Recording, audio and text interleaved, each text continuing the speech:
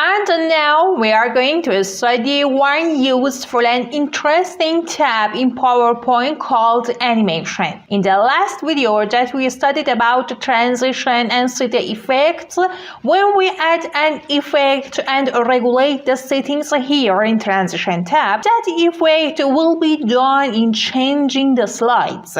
But in the animation tab, the effects that are here and also the settings will be added on the objects of your slide. Now the objects are inactive because there is no object in my slide. So let me add a simple shape from insert to my slide to start the animation tab. When an object is selected in the slide and then we select the animation tab, now we can see the active options when we open the animation menu. You can see the animations of PowerPoint in 4 different categories. The first category is in trance or input animation. The second category is in phases animation.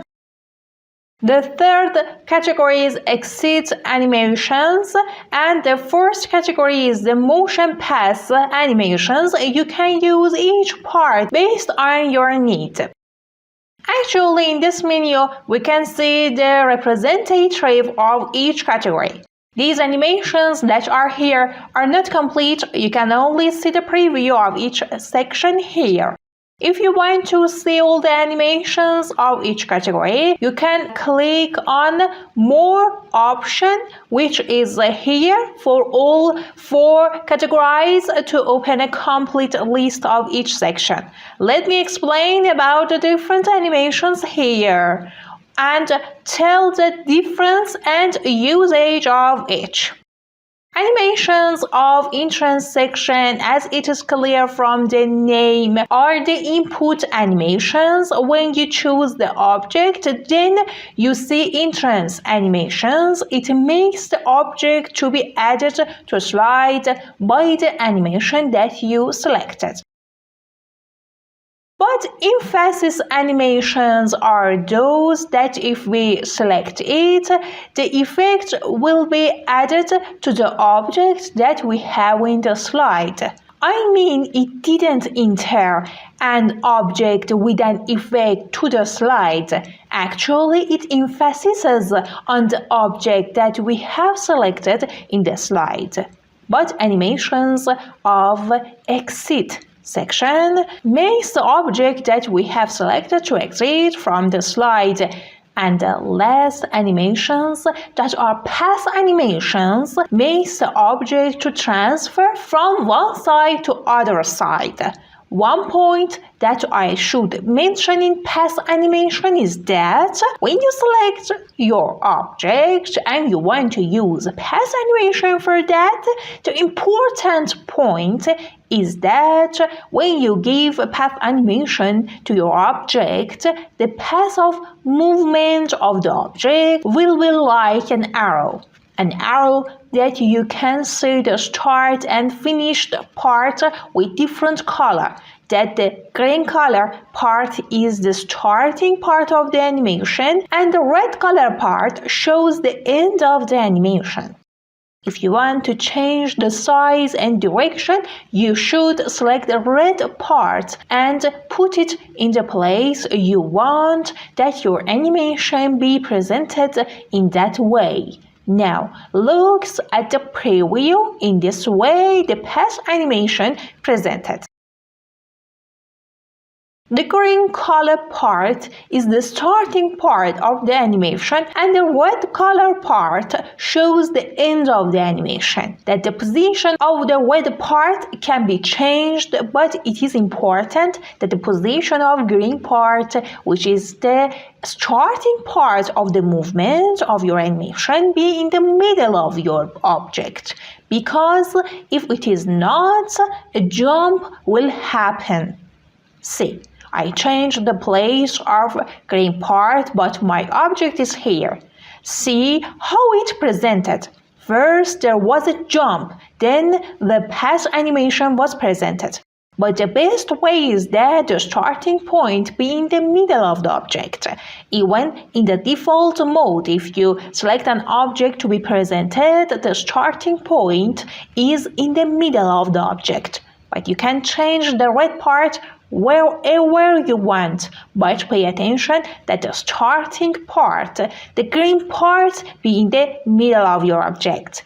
It was the point which I should have explained you in the past animations. And if you want to know how many animations your selected object has, you should click on animation pen that this page opens for it. And let me tell you a point here about this menu. If you have an object in your PowerPoint slides and then give animation from this menu that opens here, I gave 4 animations to this: entrance, emphasis, exit, and pass animation. But now in animation pen part, which is a menu to show the animations which I gave to my object, but we see here that the object only has the pass animation. Why it is like that? Because when we gave animation to the selected object from this menu, the second animation that we give, the first will be deleted here. When I gave emphasis animation, the entrance animation was deleted. Or when I gave exit animation, the previous one was deleted. That the path animation was left at the end. But if you want to give different animations to your objects, you should click on Add Animation. Here in the first part, it shows preview for you. But if you click on More Entrance Effect, the window will open for you that shows a list of animations to the entrance or the part that you have selected. And if you active the preview effect, you will see the preview here when you choose each animation, and when you do not OK, this change will not be added to your object. Here you can select preview and try the entrance animation options and OK the one you like. Now you are sure that this animation will add to your object. Now to add another animation, I should use Add Animation Object, this option. This time I click on More Emphasis Effect to have a complete list of emphasis animations of the emphasis section, and OK the one that I like in order to add it to my object. And now, how animations are presented. The animations will be present according to the order that is here in animation pen. First, I gave pass animation to this object, then entrance animation, and finally an emphasis animation. They will be presented by this order. And if you want to change the place of each, you can choose and drag it to the place that you want, or you can use these arrows. Select your animation and by the help of this option, change its place. And then when you click on Play From option, it will display all these animations and you can see the preview of it, and these down and up arrows that exist in animation pen also exist here with the name of Move Later, Move Earlier. Also, by the help of this option, change the animation's place. Then, by the help of 3 options, start, duration, and delay that is in the timing section, you can change or manage the way of presentation of your animation. For example, in the start section, we have 3 options: unclick, with previous, and after previous. Now, what does each of these options mean? When you choose an animation and select unclick from start section, this animation will be played when you click on the slide. But if you select with previous, your next animation will be played simultaneously with your previous animation. And if you select after previous option, the second animation will be played after the first one. As you see, I select the pass animation, then I click on after previous.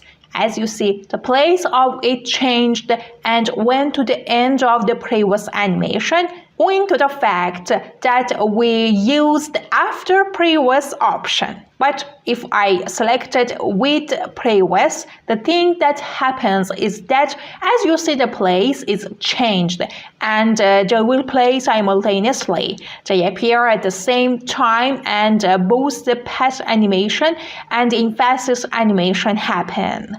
Actually, decide by click, it will play by click. Let me press F5. The entrance and path animation is played simultaneously. Now I click on it, and the third animation, which was emphasis animation, is played.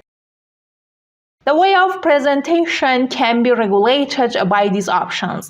Let me say something about the first animation, the animation at the top of this line. Unclick is clear, it means play when you click on it, but if you select with previous, the first animation of the animation pane will be presented simultaneously with the transition effect that you selected. But if for the first animation in your animation pane from start, choose after previous, after the presentation of the effect that you choose from transition to your slide will be presented.